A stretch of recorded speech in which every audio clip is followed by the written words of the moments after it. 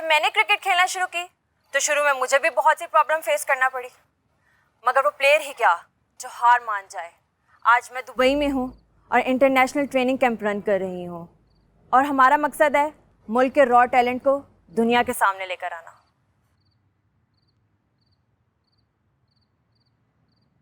First of all, I thank you for asking me to join in your show.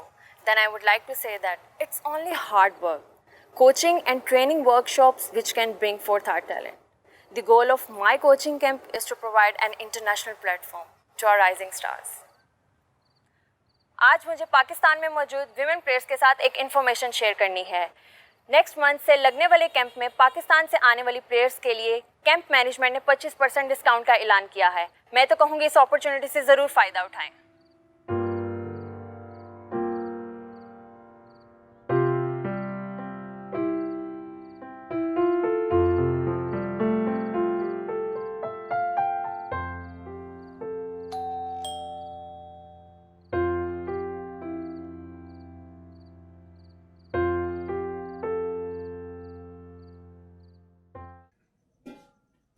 बहुत सोच समझ के फैसला किया मैंने।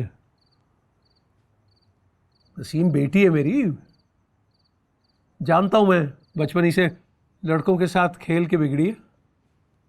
वो तो मुंह दिखावे की तारीफ कर देता हूं मैं, वरना हरकतें याद है मुझे उसकी। कैसी हरकतें? अब मुंह ना खुलवा मेरा।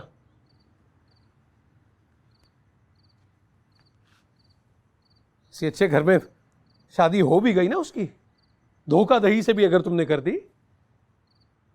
तो वाकया जिसकी वजह से उसे स्कूल से उठाया गया था अजाब बना रहेगा उसके लिए सारी जिंदगी। क्या वो जो आपने और उस शेरवानी ने तूफान जोता था, उसका इल्जाम भी अब मेरी बच्ची पे ही आएगा? नजमा बेगम, ज़रबुल मिसल मशहूर है, खरबूजा छुरी पे गिरे या छुरी खरबूजे पे, नुकसान खरबूजे का ही होता है, खरबूजा ही कटता है। जिस रास्ते पे चल रही थी ना नसीम, अगर उसे ना रोकते तो तबाही होती, बहुत बड़ी तबाही। कैसी तबाही? क्रिकेट खेलने में ऐसी कौन सी तबाही हो जाती है? नजमा बेगम बाप हूं मैं नसीम का, मुझे मजबूर मत करो कि मुखालिबुल अखलाक जुमले अदा हो मेरी जुबान से। ये जो चुस्त कपड़े पहन के ग्राउंड में दौड़ना है, क्या है ये? तबाही नहीं तो और क्या है? कौन रखेगा उसे अपने घर में? क्यों, सानिया मिर्जा भी तो है ना, कितने अच्छे लड़के से शादी हुई हुई उसकी। तो फिर भाई मिसाल मिलाई तो दुश्मन मुल्क से ही। आपसे तो बात करना ही कुछ फजूल बात है। फख्र है वो अपने मुल्क की भी और हमारे मुल्क की भी।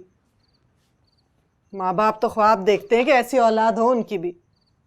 बाज आया भाई मैं ऐसे फख्र से, और मुझे नहीं देखने ख्वाब। हकीकत पसंद हूं मैं। और ये शेरवानी साहब ही हैं जो उसे काबू में रख सकते हैं।